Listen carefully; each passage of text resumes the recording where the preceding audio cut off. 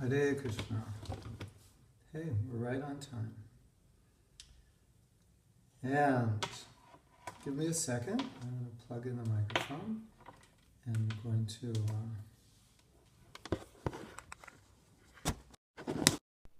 title.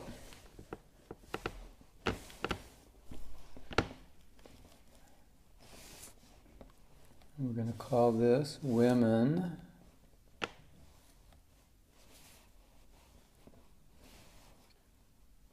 as Men. That's a provocative title. And we'll explain what that means. Okay. Save. Women as Men.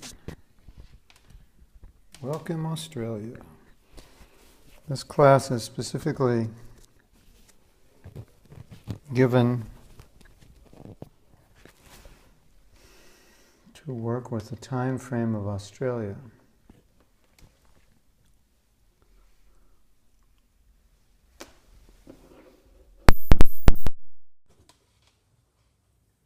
Hare Krishna, Hare Krishna, Krishna Krishna, Hare Hare. I guess I'm early because I don't see anybody here. Krishna Chaitanya Prabhu Nityananda Shri Advaita Gadadhar Srivasadi Gaur Bhaktavrinda. So, yes, okay, somebody's here. Alana, she had an idea for this class, and I'm going to read what she said. Give us an idea what we're talking about. And it would be good if Alana could further elaborate on it, because she has experience with this. And this is what she says.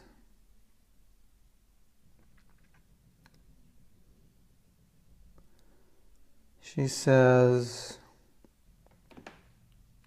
women want to become women, but we are often in the West raised to be like a man, and then we have to learn how to become a woman. I see this in my clients over and over, that they are very uncomfortable and feel stuck in this male conditioning, often damaging in marriages. How do we learn to be a woman as we are meant to be? Yeah, I was thinking when this question came up, when the question came up how women can be women, my first thought was, yeah, it is very damaging, especially in marital relationships. The closer women get to men, the more difficult it can be. And actually, the problem is, I think it's less obvious in the workplace, because in a sense it's the workplace that fosters this problem. That you need to be a little male in many cases in the workplace. The workplace is it's a male-dominated environment, and it's a very competitive environment, and that's the nature of the male. And so a female who's more like a male often can do well in those kinds of environments, or environments in which the female quality is not considered so useful or valuable. So, in a sense, you could say that the work environment is fostering that woman to be more male.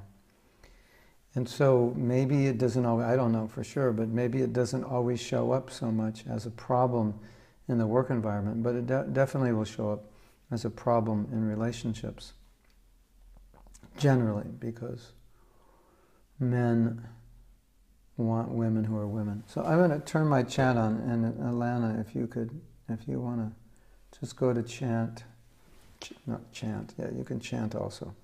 But if you go to the chat, if you want to elaborate specifically what you'd like me to speak about. So Alana says, often what I see is the male does not know how to deal with a woman when she faces problems. They're switching roles. Yeah, I was also thinking part of the problem is that what we're dealing with, part of the problem we're dealing with is when a woman becomes like a man, sometimes either the man will become more male or more female. If he becomes more male, sometimes it becomes confrontational, so he may choose to be more female. Let her dominate more, just to avoid conflict. And, or you could say that the fact that the man is not male is the cause of the woman being female. The woman being male. So they can kind of foster one another. As a man is being less male, a woman becomes more male. As a man becomes more male, the woman can be more female. Now, my wife was saying that her mother raised her to defend herself, to not let people take advantage of her.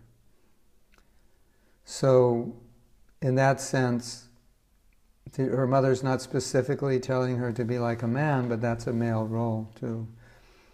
And a more female role is to be protected. So you could say trying to get that, see if I can get that light off my face. I guess I can't because it's coming from the window behind me. Anyway, so coming in a society where women are exploited by men, so then your mother tells you, defend yourself, protect yourself. So in a ideal society, the men would be protecting the women, so your mother wouldn't have to say, protect yourself, but your mother would say, find a man who can protect you, who can take care of you, who can protect you from the other men who may attempt to exploit you in some way. So that traditionally was the role of the male. The protection was really to protect the woman from exploitation by other men. So I think it's natural for women not to feel protected because men in our culture, if they see women as objects of sex or sense gratification, that is the opposite mood of protection. It's exploitation. And so women feel very volatile. They feel uncomfortable often around men in fear, rightly so, that these men will not be interested in taking care of them, but in taking advantage of them. At the same time, it's the male nature to want to protect women. There's some research done when in military men and women were fighting together, the male nature to protect the women came out so much to the point that the men were a bit handicapped in their ability to fight because they were so concerned about the woman. So it's a natural tendency, but that natural tendency doesn't always manifest because of this desire to enjoy women, exploit women, take advantage of them. It's very strong, especially in Kali Yuga, or as men become degraded.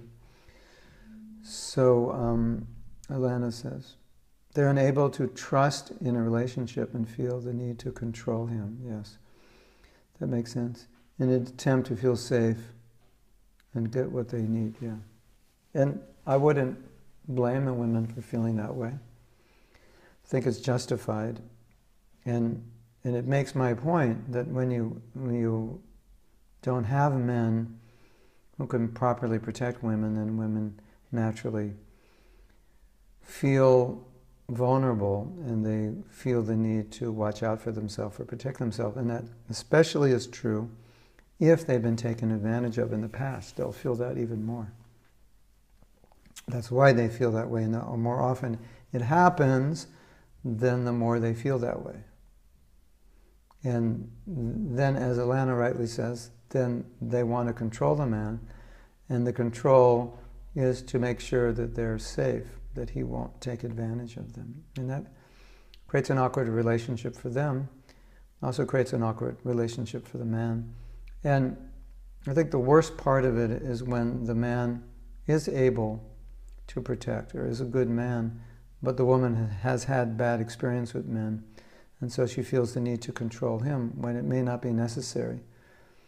And it creates a very difficult situation for him, because then she doesn't allow him to do his job. And so it's a huge problem. And I would say it's a pervasive problem. Now, added to this problem is another situation in modern society, is that the roles of male and female are not very distinctly defined. And so in traditional cultures, women see their future more in the home. And so their education is more geared towards learning how to be good wives and all the things that are required to raise a family. Now it's interesting, and I think I was mentioning this before, in our educational system we're not training men to be good men, be good husbands, or women to be good women, and to be good wives. And if you think about it, because that's the foundation of society, the family, it seems it would make sense that that would be the primary education or foundational education that everyone should get. Because when you enter into family life not knowing what's involved and not well trained and understanding the psychology of your spouse, it can be extremely difficult and disastrous. Whereas if you knew these things, it likely would be much smoother, without much problem, or at least with less problem. So sometimes Srila Prabhupada talked about not educating women highly or academically, because their real position should be in the home to be good mothers and good wives, and that's really the primary education they should get. And now, as we know, in our world today, women are educated the same way as men, and they're given all the same opportunities, and most women grow up thinking about career. Of course, they think about family, but they also think about career. A lot of women are getting married older because they want to pursue their career. And a lot of women will find also it's difficult to pursue a career and be a good mother and a good wife. So there's some conflicting messages that are coming, that we're getting from society. And then there's also this message that you can do what men can do, you can be as good as men. So the message that you can do what men can do, or you can be as good as men, or maybe the message that you're better than men. Don't let men dominate the world. You can do whatever they do. That's, again, sending that message to that the standard male becomes the standard, and then it becomes the standard for the woman. And how you, in a sense, how do you judge your value? Well, if you do what a man does, that makes you, for yourself, you can confirm that you're as good as a man, right? And that should make you feel good, but that's not right. You shouldn't feel good because you can compete with a man. You should feel good because you are who you are, and you should be who you are as a female. There's no need to be a man. But if you're competing in the world of men, it forces you to be more male in your attitudes, because you're dealing with other males who might run over you if you're just too female. That's partially because the work environment is like that, and then it's partially because, as we're saying, the men are not trained to be men. So because they're not protecting you, you have to defend yourself. So my understanding is that if this situation were not there, it wouldn't be a problem for women to be women. they would naturally gravitate, because that's who they are. They would naturally gravitate towards their feminine qualities because that's who they are. Those are there, it's natural. But because they have to defend themselves, then they're defending themselves primarily amongst the men, so then they become more male in their nature. And when they become more male in their nature, then it becomes a problem often in relationships with men, because most men don't want to marry another man, and they'd rather marry a woman.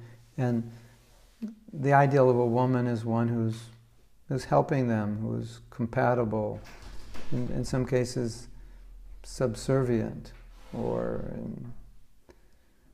the idea of a partner who helps and assists, not someone that they're having to compete with, but who complements them. So you have the male role as the more dominant, controlling force, and the female role as the more supporting force. At least that's the traditional roles. Now, the modern society, if you talk about that, then it sounds like I want to exploit women because I'm trying to put women in a space where they don't have equal rights or equal position. But if you understand within the context of a traditional society in which the man was a man and he understood about protecting women, then the woman being in a subordinate position, she was fine in that position because she was taken care of. Just like if someone takes care of you and gives you everything you need, you're quite satisfied. And if you you're happy to serve them and take care of them. It's natural. It's the natural for a woman. It's natural for anyone, but especially for a woman. And so all your needs are taken care of physically and emotionally. Then you don't have a need to dominate and control, because it's woman's nature to be happy when they're taken care of. Everyone's nature is to be happy when they're taken care of, but especially the female is very, very satisfied when she's taken care of. So this idea of a woman being submissive, submissive is kind of like an ugly word often. You say be submissive to your husband, but you're submissive to a man who's taking care of you, who's not exploiting you, who's showing affection. So there's no fear of being controlled, and you have everything you need.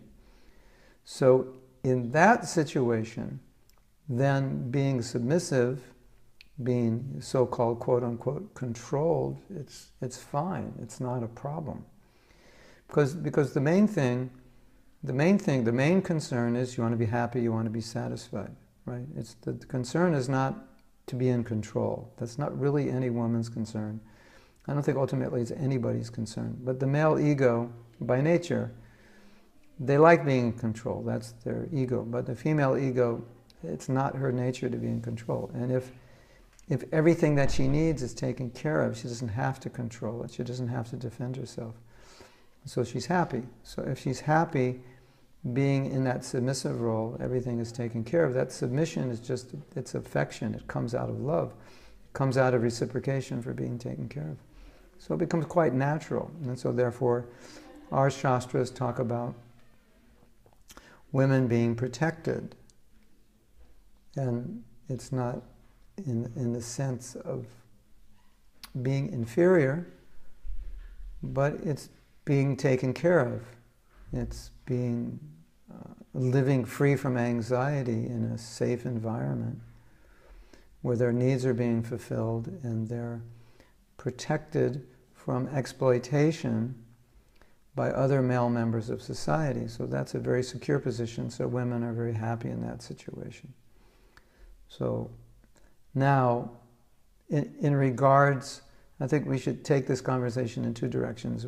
One direction is in regards to the current social situation, and in regards to ISKCON. How does this apply in ISKCON? Should women only take female roles? And how should this apply to women in general? Because as women, you are going to deal with men who may want to take advantage of you. And if you're single, or if you have a husband who is not say, protecting you as much as you think you should be protected, or in a way you feel you should be protected, or in some way is not fully taking that role, or it could be because you've kind of assumed that role yourself, and so he doesn't feel that he has to take it because you're taking it. How do we deal with that? There's a couple principles I think we can follow. One principle that Prabhupada followed is when they were talking about traditional values. Sometimes Prabhupada would say, if you don't want to follow traditional values, then my question to you is that's okay, but is what you're doing making you happy? So, does it work for you? One time, a devotee wrote Prabhupada, and he said, Prabhupada, my wife is more Krishna conscious than I am, so how do I deal with that? And Prabhupada said, if she's more Krishna conscious, then you can take guidance from her. So some men would be okay with that, some men wouldn't. So generally, we say the husband should be the guru of the wife. He should be the leader of the family, right? He should be the guide. But in this case, it seemed that the woman was more in that position. And so Prabhupada said, if that's the case, then you can take guidance from her. Now, of course, the man would have to be okay with that. But if he were okay with that, or if he was okay with that, then that would be fine. Even though it's not quote-unquote ideal, but then we have to redefine what ideal means. Ideal means that the couple gets along and advances in Krishna consciousness. So sometimes the opposite happens. You try to create the ideal. Okay, the ideal would be that the man, in this case, is the leader and the woman follows. But let's say the man sets a bad example, and therefore the woman doesn't have a lot of faith in him. And she's more Krishna conscious, so it's harder for her to put her trust in him. But if he says, no, but I am the husband, so I'm in charge, and you should follow me. And the result of that is it creates friction and fighting and unhappiness and so forth.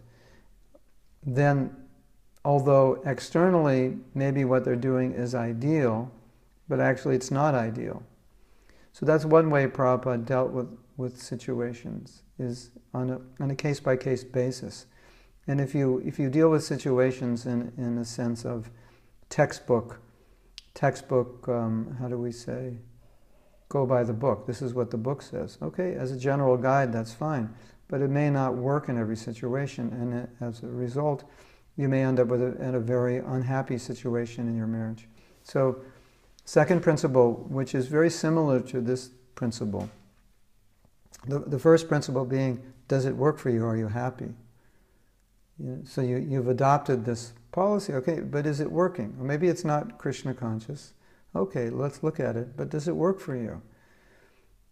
And then the second principle, are you happy with it? It's okay, you're getting along, you're fine. Maybe in your relationship, you would prefer that the wife to dominate, and she's happy dominating, and you're happy with it, and it works. Maybe she has capabilities that you don't have.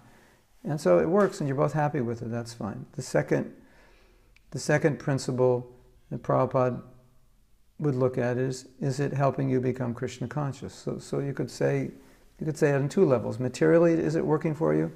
And then spiritually, is it working for you? And so now let's look at the situation. This is the example we gave. Prabhupada thought that if this woman is more advanced and her husband's willing to take guidance from her, that would be good for him. It would help him. She actually gave her husband the Gayatri mantra. It had to be given, yes, recited. As I remember, somehow or other, she had been initiated, second initiation, and he hadn't been yet. And she was going to be involved in some way, in helping him with that. But Prabhupada's principle was, let's look at the situation. Now, according to the standard, this is the way it should be. But if we follow that standard, will the result be Krishna conscious? And if the result isn't Krishna conscious, then we have that saying, the operation was a success and the patient died. So what's the point? So you followed a principle, but the result of the principle is that you're not advancing in Krishna consciousness. So in those situations, Prabhupada was very pliable. And Prabhupada's attitude towards women in general was based on this principle of what is suitable for women, and also socially what's suitable for men in relation to women, and what's suitable for women's spiritual advancement. So, although Prabhupada did talk about traditional roles of women and traditional roles of wives, and he never contradicted those statements, in practical application, he saw that women could do many things, and he encouraged them. And I think the most obvious thing that makes this point is he encouraged them to go out and distribute his books, which from a traditional perspective is not a very female-oriented activity, because female-oriented activity would be at home, protected by the husband or the father or the son. And now women are going out on the street alone, or maybe they're in groups, sometimes alone. They're speaking to men intimately, encouraging them to distribute books, and Prabhupada encouraged that. So he recognized that women were willing to do that by their upbringing. That was just normal for them in Western culture, to intermingle with men, just stop men they've never met, talk to them. And you can apply that principle to other services. Prabhupada let women take other services that maybe weren't traditional roles for women. So he said that women can do equally what men do. And he also mentioned that he saw that that was the culture within the West. So he went along with that culture because that was the culture we were used to. And he didn't want to create a new culture that wouldn't work for us. So that's also there. So you have both things going on. In other words, you look at the early days of the movement, and the male-female association in ISKCON was very mixed. When we took prasadam, we didn't have places for men and women. We just sat wherever we sat. We didn't even notice. We didn't know. When we had kirtan, we didn't have places for men and women. We just stood wherever we stood. And when we did Harinam Sankirtan, we didn't have places for men and women. And so Prabhupada didn't try to stop that because he saw that that's just how things were for us. And so he let it happen that way. And then as the movement progressed and he saw that we became more aware of the benefits of not segregation, but separation. There's a difference. Segregation means now the women become second class. But separation for purity, then the women were on one side of the temple, the men were on the other. The women were one together on the Sankirtan party. They chanted together. The women were separately chanting japa in the temple. Like that. There was some separation.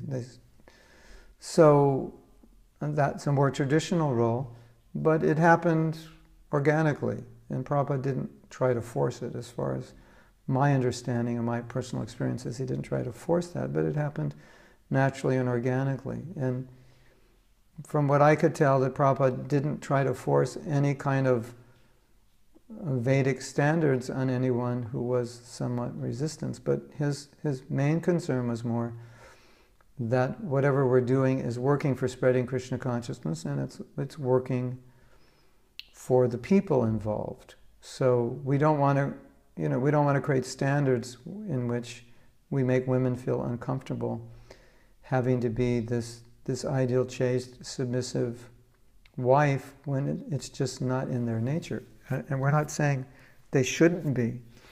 We're not saying that's not our philosophy.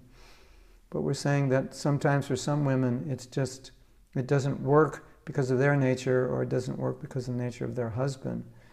And if the result is Krishna conscious, it allows for maybe what we see today as unnatural, and the problem that Alana's presenting, which in many cases it's hard to resolve, because unless you have a man that can be a man, it makes it difficult for a woman to be a woman. And so women may have this reluctance to fully manifest their feminine qualities, because they're not in a situation where they can do that. Or even sometimes you'll find women in the temple. Maybe the temple's not well organized, or the management has become weak, or it's in between temple presidents are changing and so on. And sometimes facilities for women may not be to the standard, and so women may not feel so protected, or feel awkward, or maybe they feel like they have to stand up for themselves.